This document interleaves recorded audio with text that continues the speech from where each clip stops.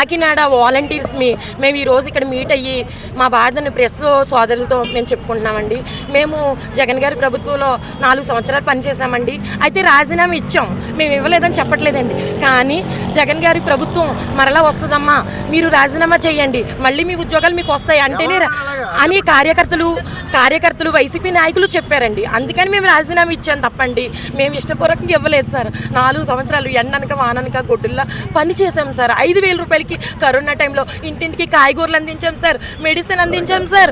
అలాగే ఎవరు కూడా ఈ రోజు కనిపించే నాయకులు ఎవరు కూడా ఆ రోజు కనిపించకపోయినా మేము ముందున్నామమ్మా అని 60 కుటుంబాలు 70 కుటుంబాలు 80 కుటుంబాలకి ఎంతో సర్వీస్ చేశాం సార్. మా భర్తలు మా పిల్లలు, అమ్మ డ్యూటీకి వెళ్తున్నాం, కరోనా వస్తుందంట, మళ్ళీ నువ్వు ఇంట్లోకి వస్తే మాకు అంటుకుంటుందేమో అని భర్త పిల్లలు దెబ్బలాడినా మేము ఆగలేదు. ఈ 5,000 రేపు పొద్దున్న 10,000 అవుతుంది, పర్మనెంట్ అవుతుంది అని చెప్పి మేము విధుల్లోకి వెళ్ళాము సార్. ఈ రోజు నాడు ప్రతి ఒక్కరు రాజీనామా మిమ్మల్ని ఎవరు చేయమన్నారంటే ఆ రోజు నాడు మేము ప్రభుత్వంలో పనిచేస్తున్నాం కదా, చెయ్యకపోతే మళ్ళీ ఆ ప్రభుత్వం వస్తే పెట్టుకొని అన్నారు కదా, అందుకని చేసాం సార్.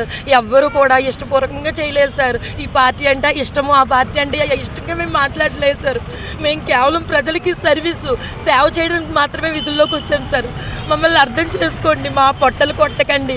మేమందరము కూడా వైసీపీ నాయకులు కూడా మాకు ఫోన్ చేసి అమ్మ ధైర్యంగా ఉండనని కూడా ఒక మాట చెప్పలేదు సార్. మా బాధ మా పెయిన్ ఎవరికి చెప్పుకోవాలి సార్? చెప్పండి సార్, మాకేం కావాలి? మాకు న్యాయం చేయాలి సార్.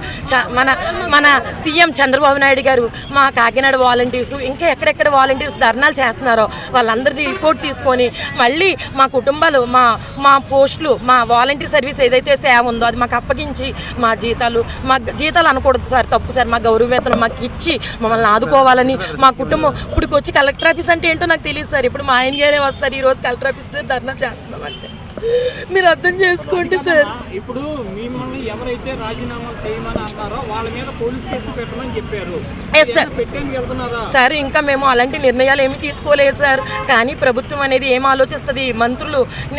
చాలామంది మంత్రులు దీని మీద సమీక్ష చేస్తున్నారు. వాళ్ళ రిపోర్ట్ ఏమొస్తుందని చూస్తున్నాం సార్. వెహికల్లతో మమ్మల్ని అందరినీ ఆదుకోండి సార్. ఇంకా మా ఫ్రెండ్స్ అందరూ చాలామంది వాలంటీర్స్ ఉన్నారు, వాళ్ళ బాధలు కూడా మీరు వినండి. నా పేరు సచివేణి సార్. మేము 10వ వార్డులో బి నుంచి వచ్చేస్తున్నాం. మేము రాజీనామా చేసింది అనేక కారణాల వల్ల చేసాం. కానీ మాకు వెనక నుంచి ప్రెజర్ ఉండబట్టి మేము చేసాం.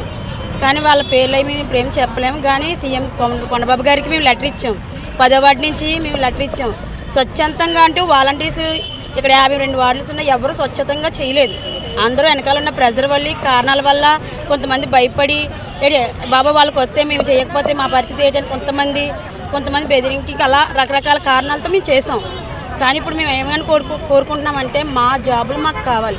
ఎందుకంటే ప్రతి ఒక్కరు దాని మీద ఆధారపడి ఉన్నారు. 2 పిల్లలతో ఉన్న వాళ్ళు. మేము పోలీస్ కేసు పెట్టండి మొత్తం అందరం పెట్టాలి సార్, కంపల్సరీ మేము పెడతాం సార్. కాకపోతే మాకు అంటూ ఏమైనా సమాధానం చెప్తారేమో అని ఎదురు చూస్తున్నాం.